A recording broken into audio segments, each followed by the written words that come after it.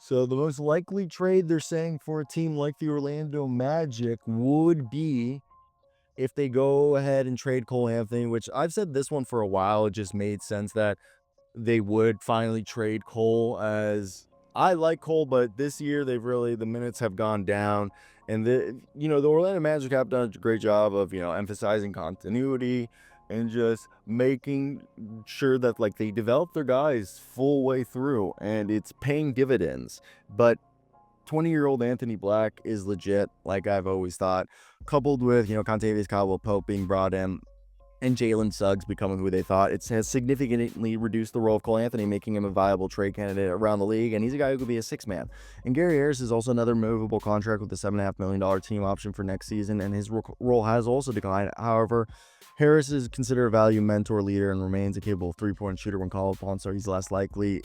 Cole Anthony's making $12 million this season, so he's somebody that they could maybe package with another guy for.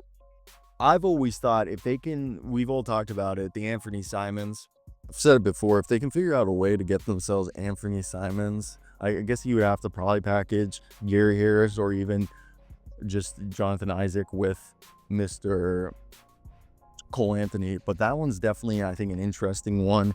I think Vasi Micic would definitely be someone that they would have interest in if he could.